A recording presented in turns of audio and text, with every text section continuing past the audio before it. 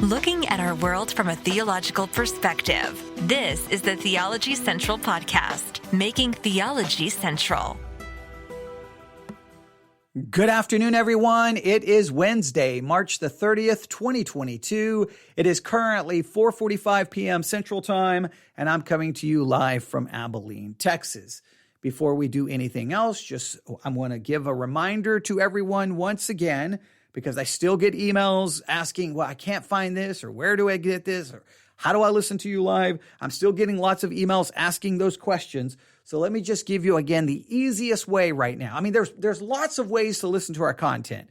As a podcast, it's available on every podcasting platform in the world. But if you go to those podcasting apps, all of the content is just like a long list, and it's hard to find everything, right? It can be very difficult. It's not organized in a user-friendly way. So the easiest way to find all of our content is still download the Church One app. Apple App Store, Google Play, Church One. That's Church O-N-E. Download the app. Once you download it, you'll have to search for Theology Central. Choose us as your selected broadcaster. Then basically it becomes the Theology Central app. All of our content is there. It's broken down into series. That makes it easy. The search function is far better than most podcast apps. I think it will really help you find anything you're looking for. And you can, listen to us live right there on that app. So please consider that. If you have any questions, email me. And if you're using the Church One app and you've never emailed me, here's the thing with the Church One app. I get statistics about everything, right? I get statistics on how many people are listening, if they're male, if they're female, what country, what state, everything. I get statistics about everything pertaining to our live broadcast and our podcast. I get all kinds of statistics. But the one statistic I do not have is I have no idea how many people are using the Church One app. I have no idea. Unless you tell me, that's the only way I know, right? I can look at the number of people listening and I can kind of break it down going, okay, I think most of those are coming from the Church One app, but that doesn't tell me how many people actually have downloaded the Church One app. It's really because it's a generic app. That's why it's very difficult to break down. But if you would like to let me know, because we want to know where people, the other night, someone said they were listening to us on Google Podcast. Well, that's awesome. Because that's down there at the bottom of places people listen to us at. So that's great that someone found us on the Google podcast app. But if you're using Church One, welcome to the Church One app family, community, group.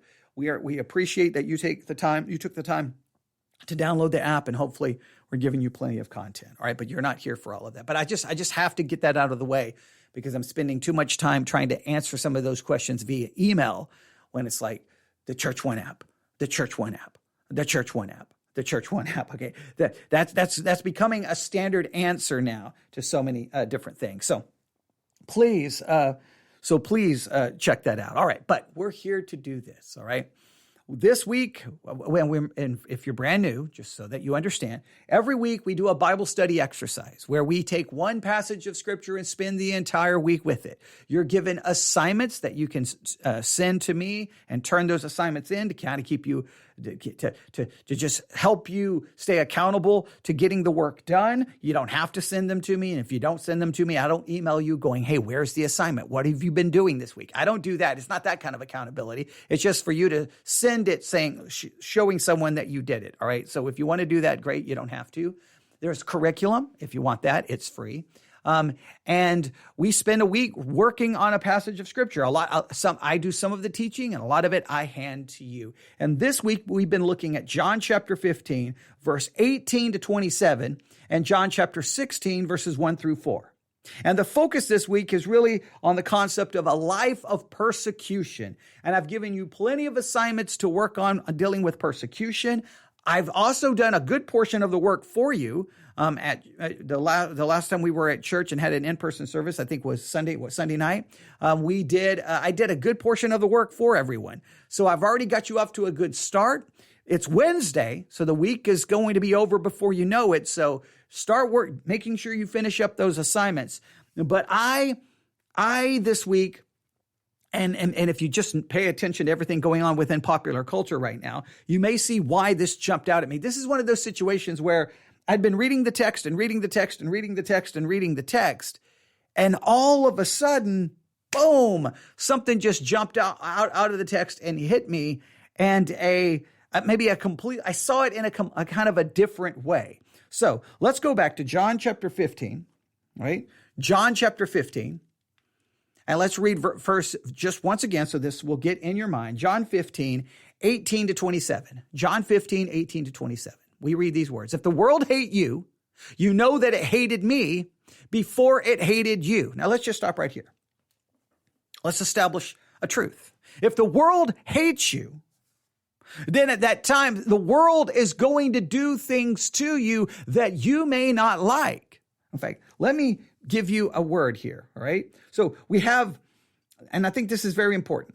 We have the text, John 15, 18. I know I said I was going to read all the way down to verse 27 and I stopped, but I think this really builds the point. John 15, 18. If the world hate you, you know that it hated me before it hated you. If you were of the world would love his own, but because you're not of the world, but I have chosen you out of the world, therefore the world hateth you. As Christians, we have to understand the world is going to hate us. We are going to be hated. And when people hate you, they say and do things to you that you don't like. In fact, they're going to say and do things that may offend you. Let's write down, and I really want you to write this word down as we move to the end of this Bible study exercise this week. Maybe we can just kind of add this concept to it. We're talking about a life of persecution, and that persecution can come in many shapes and forms. But in many cases, that hatred may lead to an overt persecution where they're attacking you, trying to destroy you, maybe an overt persecution. But even if it doesn't rise to the level of what you will call persecution, their hatred is still going to be there. And they're going to say and do things that even though you may not call it persecution, you're definitely going to feel that hate. And that hate may show up in actions and words that offend you.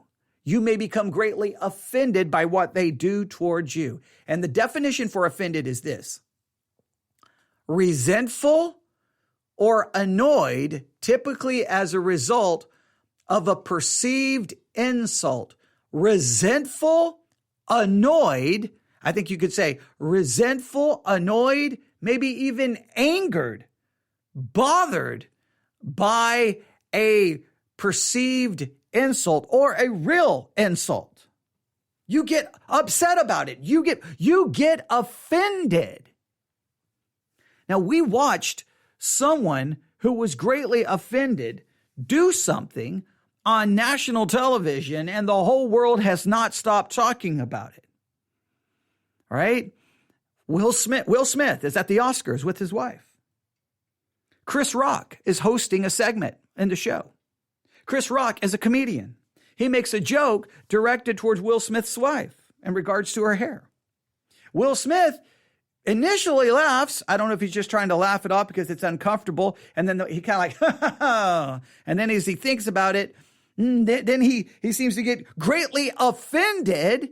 And then he gets up, walks up on the stage, boom, slaps Chris Rock. He was offended and he responded to that offense. I want you to think about this. The world is going to hate you. That as a result of their hatred, they're going to do things to you. One of the things I wanted everyone to think about this week is when it comes to the Bible and it talks about persecution and whenever we see persecution, how are we to respond? Sometimes we want to respond with slapping the person in the face. Sometimes we want to respond with a verbal slap, or at least with there's a bitterness and hatred or resentfulness inside of us.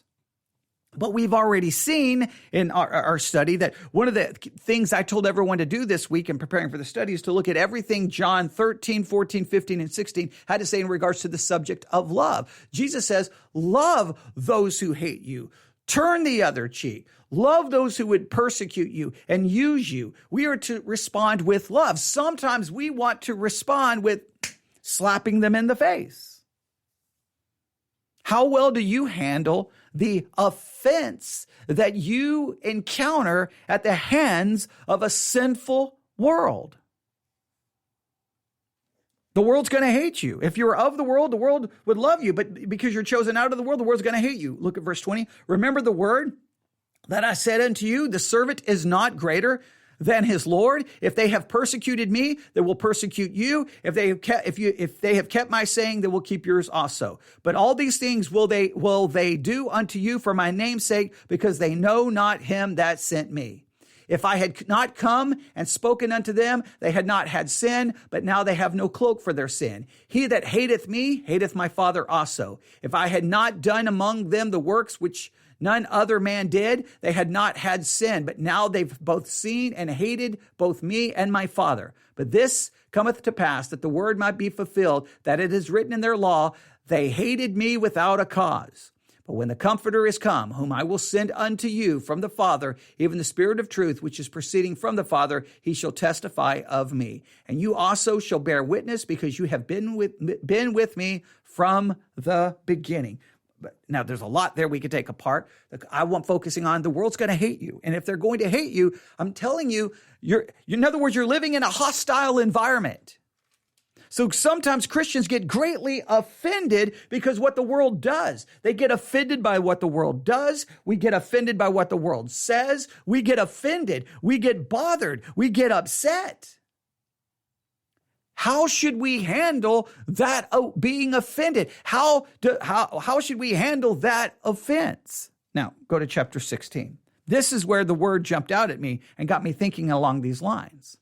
Chapter 16, verse 1. These things have I spoken unto you, that you should not be offended.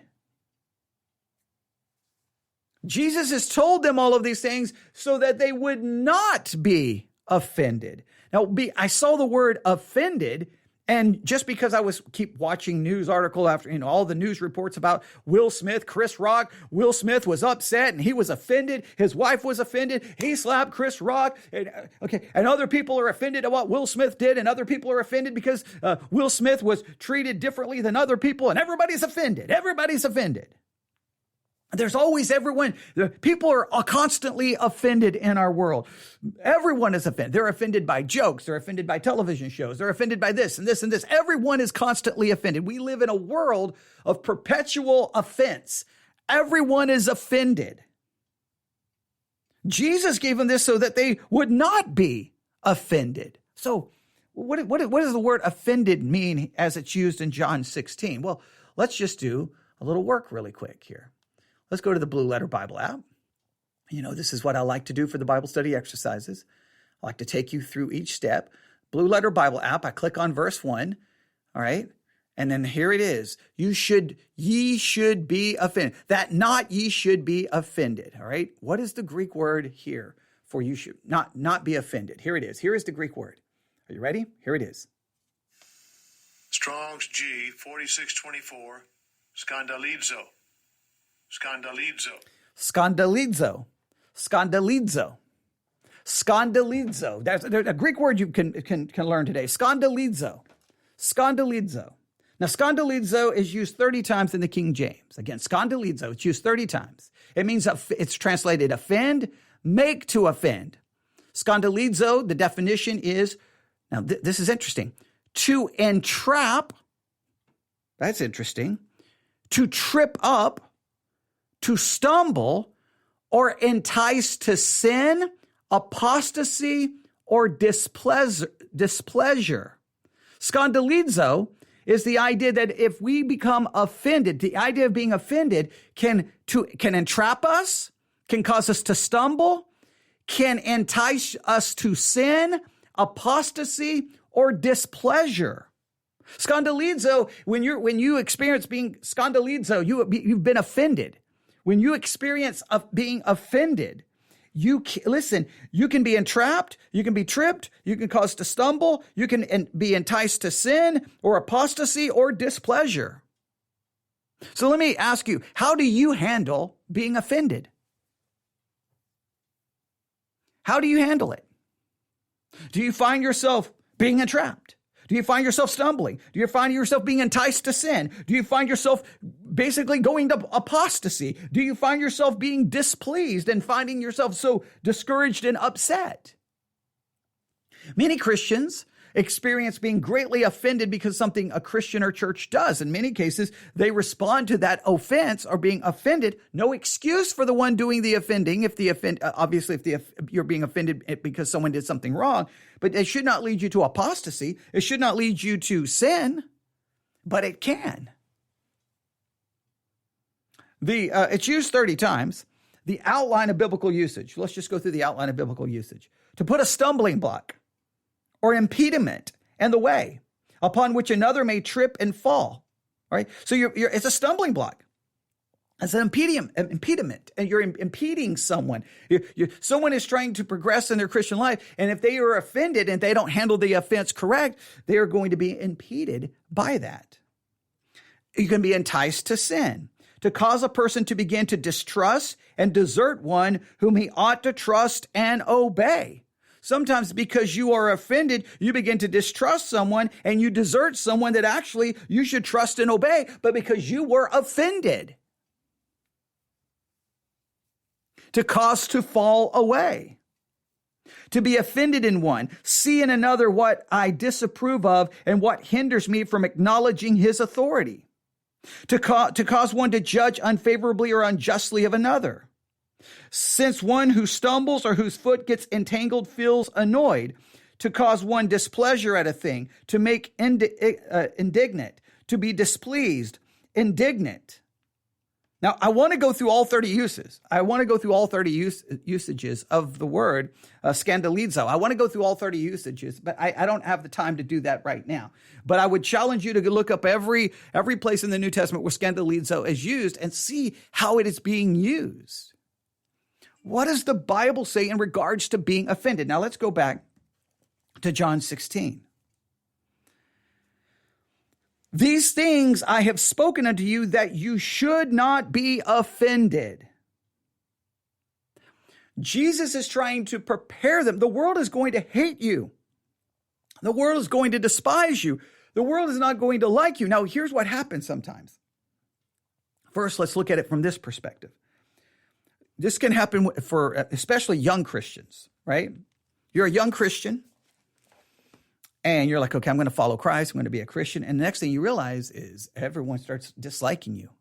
In other words, you almost start feeling embarrassed to follow Jesus because, man, to tell everyone that you're Jesus, you're being mocked, you're being made fun of, you're being looked down upon. People don't like you. You may be losing friends. And in a sense, you become offended with Jesus.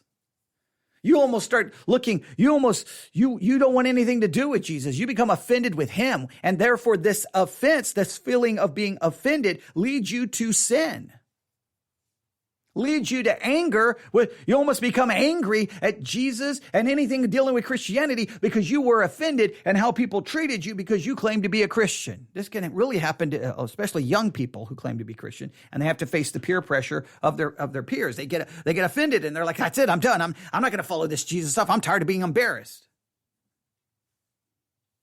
It can serve as a trap. It can impede you in your Christian life.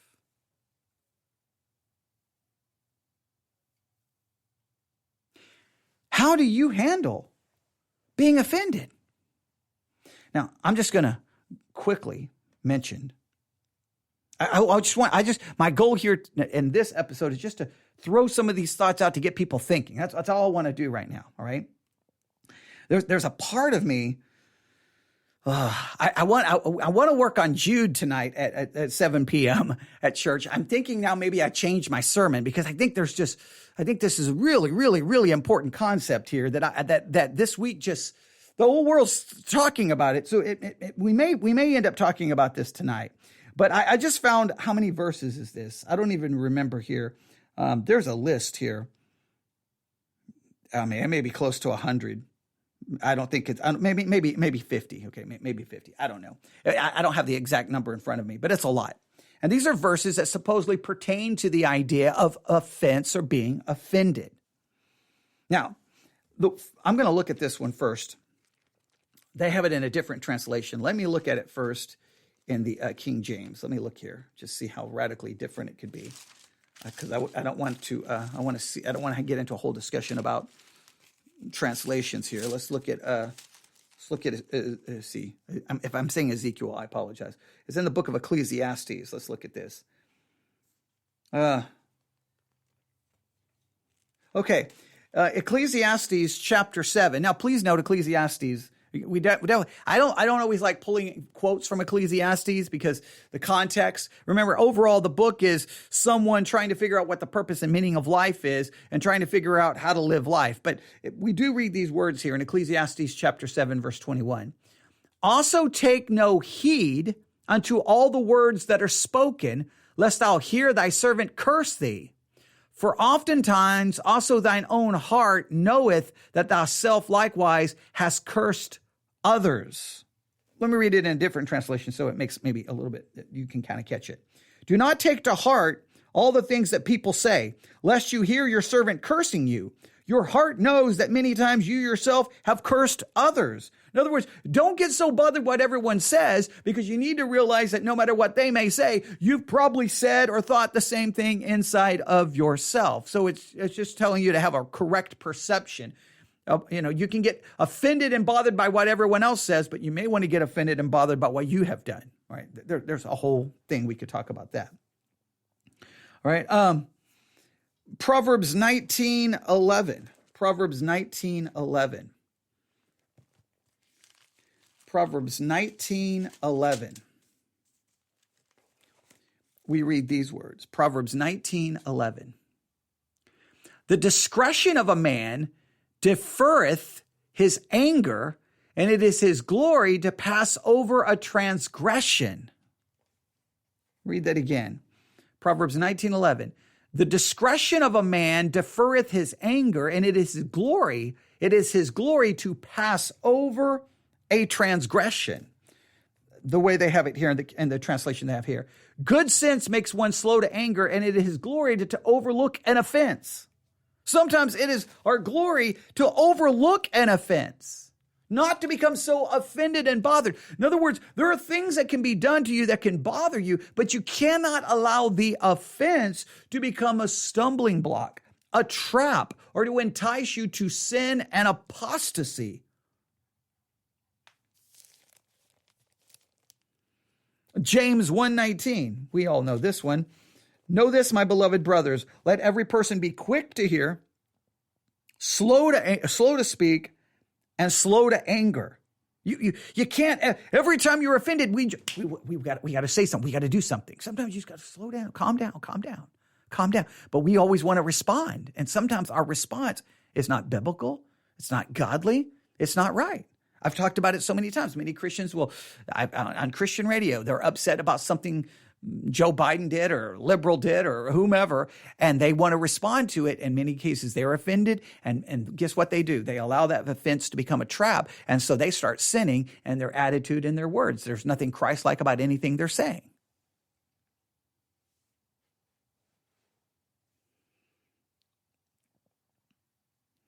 I'm looking, there's a lot here, okay?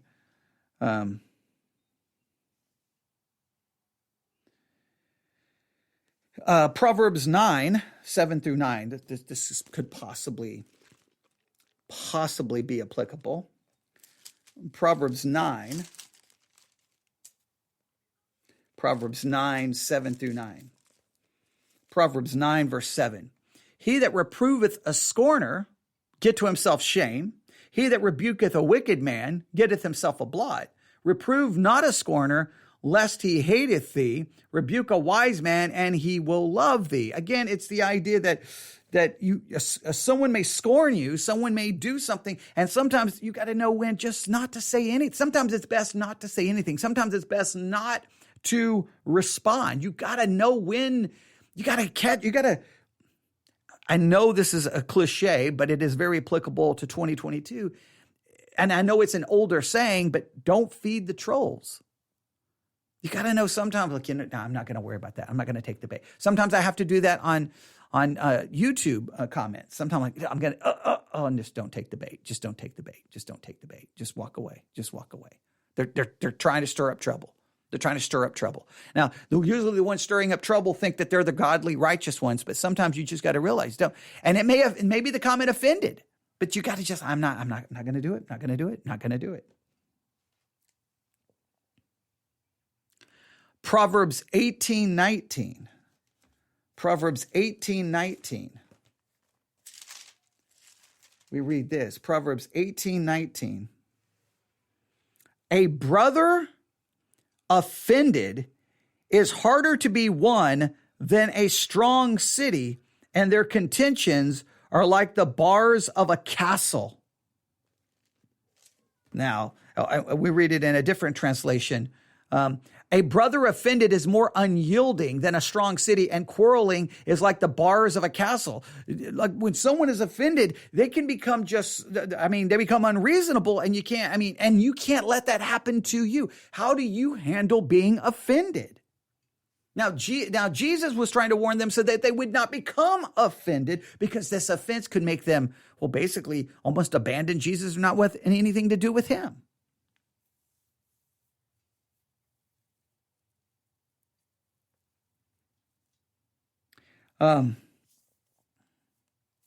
Proverbs 12:16. Let me read it in the King James. Proverbs 12:16. There's a lot of scriptures here.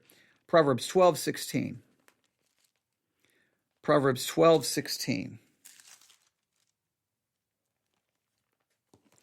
A fool's wrath is presently known, but a prudent man covereth shame. Now let me read this in a different translation so that you get an idea. The vexation of a fool is known at once, but the prudent man ignores an insult. Sometimes it's good to ignore an insult.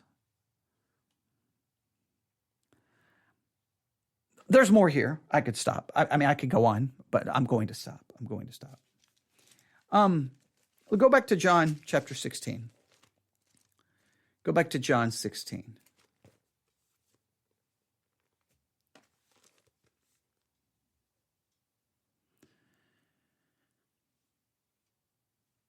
Look at John 16, verse 1. These things have I spoken unto you, that you should not be offended. They will put you out of the synagogues. Yea, the time cometh that whosoever killeth you will think that he's doing God's service. And these things will they do unto you, because they have not known the Father nor me. He's warning them, you're going to be hated. You're going to experience lots of bad things that could make you offended, but this can be your undoing. This can lead to be spiritually detrimental to you, spiritually destructive to you. When you experience an offense, what's your go-to reaction? What is your go-to when you're offended because something your kids say, when you're offended because something your husband says, when you're offended because something someone at church said, when you're offended because something I say, when you're offended, what's your go-to? How do you respond to an offense?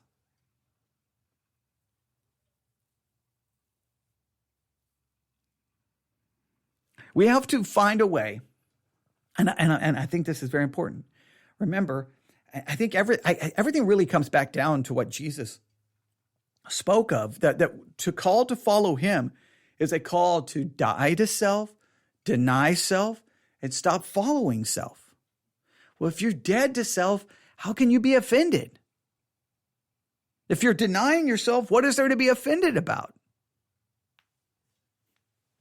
I wish I could say that I'm there, but I'm not. I'll probably get an email in the next 15 minutes that's going to offend me, hurt my feelings, make me mad, make me want to fight back. I did an episode about John of the Cross.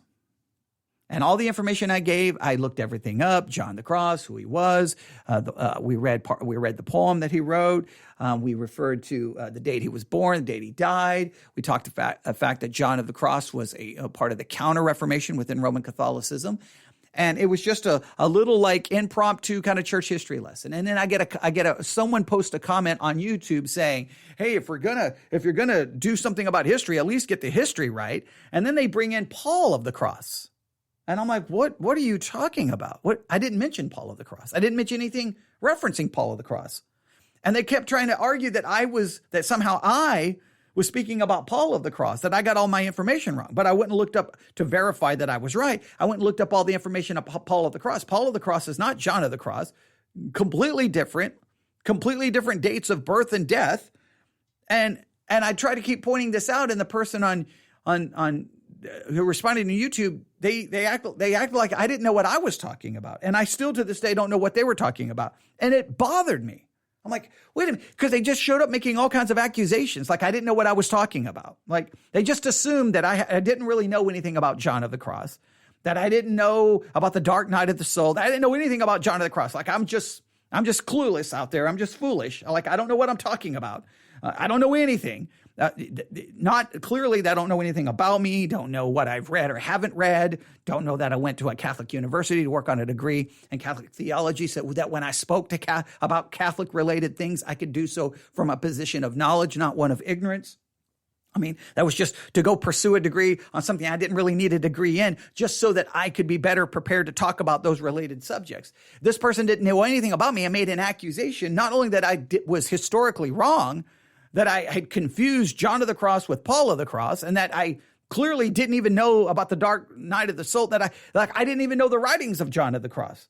And it's like, it was so weird. And I got offended. I'm just going to be honest with you. I got offended. And I came very close to turning on the microphone and responding to it. I got very close to just doing a whole program. I'm throwing a pencil across the room. I came very close to turning on the microphone going, hey, I was going to call it John of the Cross confusion, right? Because I knew that if I posted it on YouTube, that person would see it, right? And then I could be like, hey, man, what are you doing? Why are you making these, what are you talking about, right? But it would almost be like the hope to somewhat, it would be, because I was offended, it would almost be to attack and almost belittle the person. Now, the person never, commented back, okay, wait, you're right.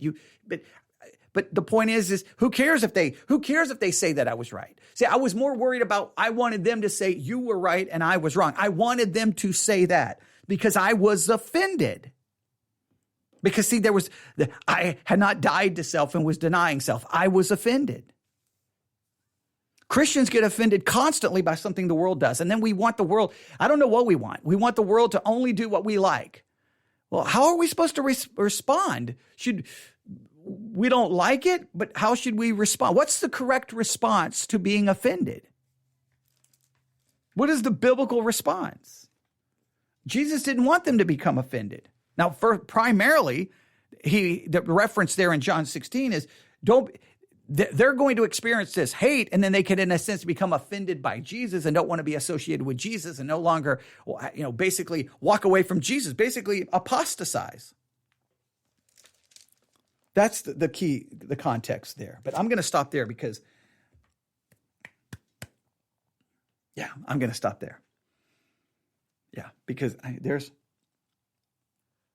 some good stuff there to talk about. There really is. I may have to do this at church tonight. I'm going to see who shows up. Who shows up and will determine what I do tonight, all right? Because I think it's so practical. And there's some people who show up who I know don't listen to any of the podcast. So then I may want to benefit them. And I know you're going, I've already listened to it. Well, I'll try to make sure we go a little. We'll try to go a little further. We'll try to detour a little bit to make it a little different than this. Right. One of the things we'll do is we'll look up when we look up the Greek word, we'll try to start working through all 30 references. So just to get a better concept of it. Maybe we'll do that. Who knows? There's a lot of different directions we can go, but we will see. So. We may do that at 7 p.m. But for now, it's 5:19, so I've got to get ready for this evening. So now I have 2 sermons. I have 2 sermons ready to go. We will see. All right? Okay. Makes sense? All right, I hope so. All right. I would love to get your thoughts on the whole idea of being offended. And if you want to tell me, what's your natural response when you get offended? Trust me, look, if you're not offended right now, something's going to happen in your home. Someone's going to offend you. Your kid's going to say something that offends you. Your husband's going to, you're going to get offended somewhere within the next 24 to 48 hours. What's going to be your response? Turn the other cheek? Love? Bless those who persecute you? Is it going to be this very godly response, or is it going to be a very fleshly response? We typically respond to being offended in a fleshly way. So, all right. You can let me know your thoughts. newsif@yahoo.com. No one said anything in the chat. Let me check Discord. Make sure no one said anything in the Discord channel.